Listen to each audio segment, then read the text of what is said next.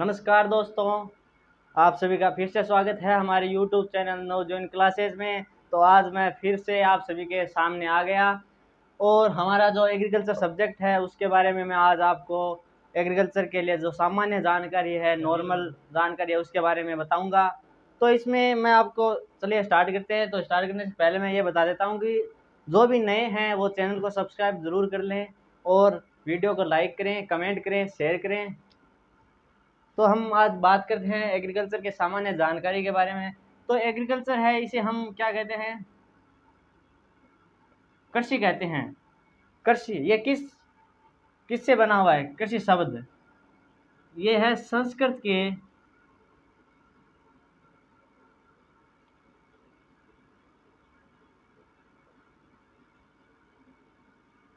संस्कृत के कृष धातु से कृषि की उत्पत्ति हुई है।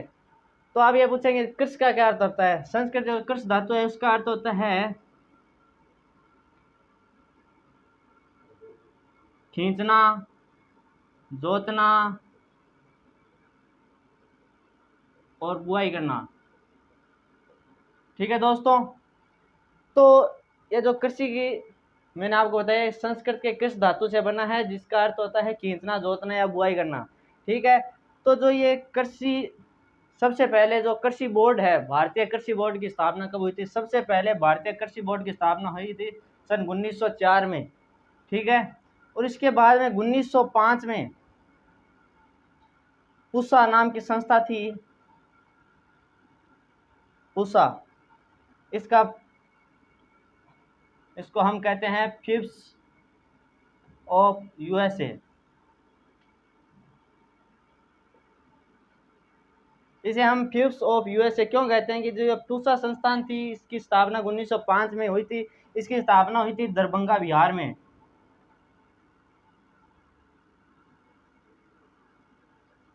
दरभंगा बिहार में जो गंडक नदी है उसके किनारे इसकी स्थापना हुई थी। तो इसको फिफ्स ऑफ यूएसए क्यों कहते हैं? क्योंकि अमेरिका के द्वारा भारत को जो ये पूसा संस्थान है इसके निर्माण के लिए योगदान दिया गया था, इसलिए इसका नाम फिफ्स ऑफ यूएसए रख दिया गया। ठीक है, तो इसके बाद हम बात करते हैं कि 1905 में इसकी स्थापना हुई थी और 1901 से लेकर 1905 तक भारत में 6 कृषि महाविद्यालयों की स्थापना हुई थी। ठीक है, ये कहाँ कहाँ हुई थी? लायलपुर,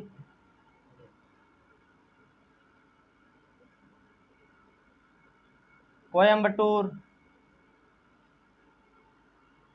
लाहौर,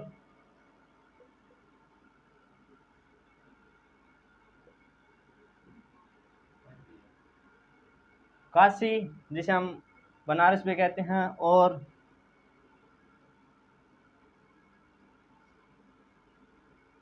पुणे। ठीक है दोस्तों, तो ये जो कृषि विद्यालय है इनकी स्थापना हुई थी। और इसके बाद जो 1905 में फ्यूस ऑफ यूएसए की स्थापना हुई थी, इसके बाद में इसका नाम चेंज कर दिया गया था। 1911 और 1919 में इसका नाम चेंज कर दिया गया था।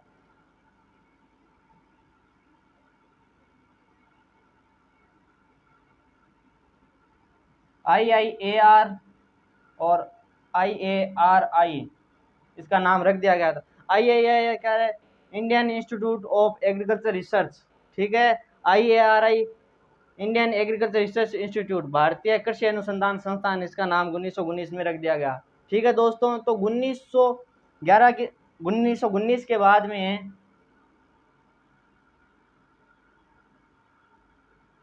1933-34 में जो फिफ्स ऑफ यूएसए थी।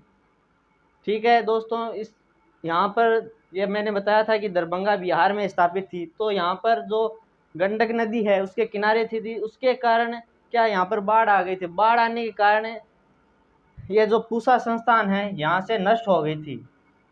तो उसके बाद में क्या हुआ? उसके बाद में हुआ था कि 1936 में इस पूसा को नई दिल्ली स्थापित कर दिया गया था।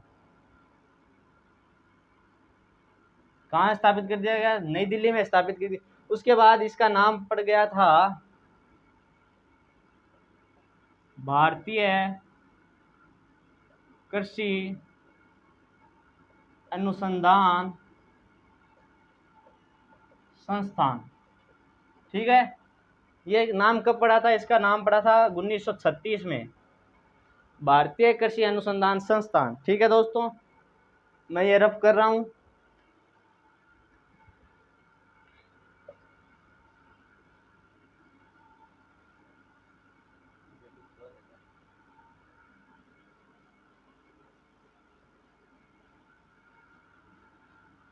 तो दोस्तों आप सभी ने छप्पनिया काल का तो नाम सुना ही होगा। ये कब पड़ा था छप्पनिया काल? ये विक्रम संवत 1956 में पड़ा था। लेकिन हम ईस्वी सन में देखें तो ये ईस्वी सन में पड़ा था 1899 और 1920 के बीच में ये छप्पनिया काल पड़ा था। तो इसमें क्या हुआ था कि भारत में छप्पनिया काल पड़ा, उसके बाद में भारत में खाने पीने के लिए जो खाद्यान्न सामग्री है उसकी कमी आ गई थी। तो उसके बाद में क्या हुआ कि भारत में गेहूं और जो चावल है उसके उत्पादन को बढ़ाने के लिए हरित क्रांति स्टार्ट की गई थी। ठीक है,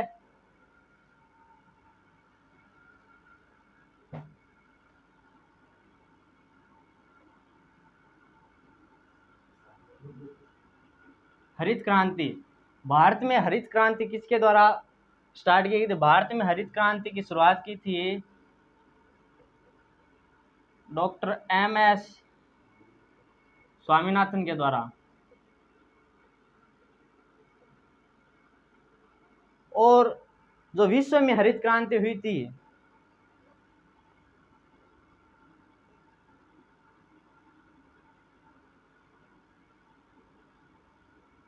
विश्व में हरित क्रांति की शुरुआत की गई थी एनी बोरलॉग के द्वारा।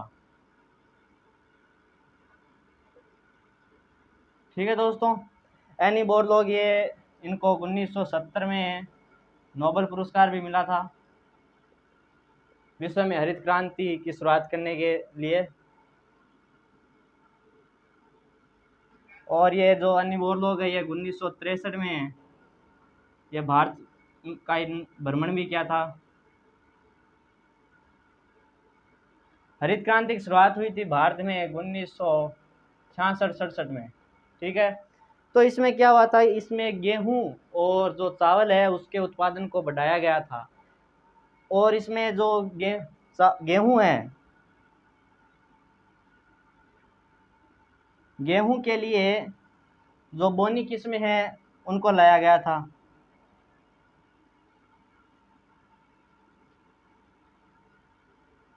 अब बोनी किस्में ये होती है, जो गेहूं की बोनी किस्में होते हैं उसके लिए नोरिन 10 एक जीन होता है, वो उत्तरदायी होता है। यह जीन होता है, इसको डालकर गेहूं की बोनी किस्में बनाई जाती है। ठीक है,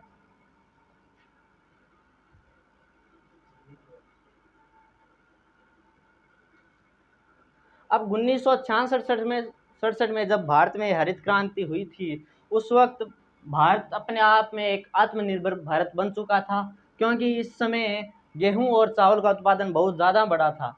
तो उस समय क्या किया गया था, 1968 में जब इंदिरा गांधी का राज था, उस समय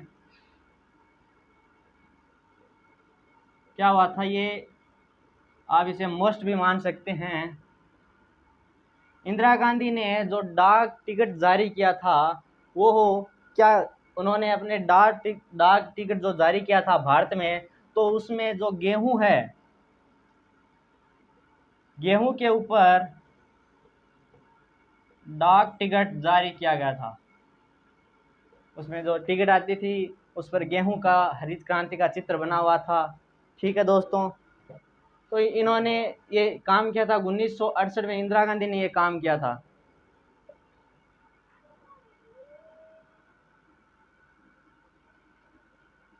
और इसी जो मैं आपको बता रहा हूँ, ये पूसा संस्थान बता रहा हूँ, इन्होंने एक और काम भी किया था। इन्होंने किया था 1932-33 में। इन्होंने क्या किया था कि जो साहिवाल गाय है,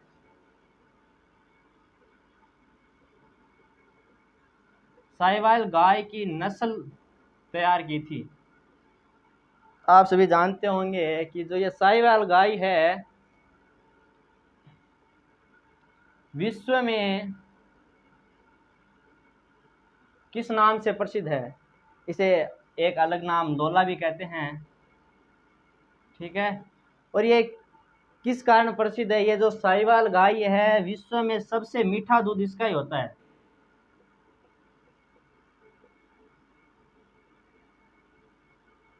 आप सभी कहेंगे कि सबसे मीठा दूध तो मानव का होता है, लेकिन पशु में सबसे मीठा दूध साहिवाल गाय का ही होता है।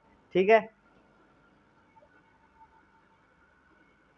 तो साहिवाल गाय ये अब मैंने स्टार्ट कर दी। तो इसके जो उत्पत्ति स्थान है वो है मोंटगोमरी, ये स्थित है पाकिस्तान में। ठीक है,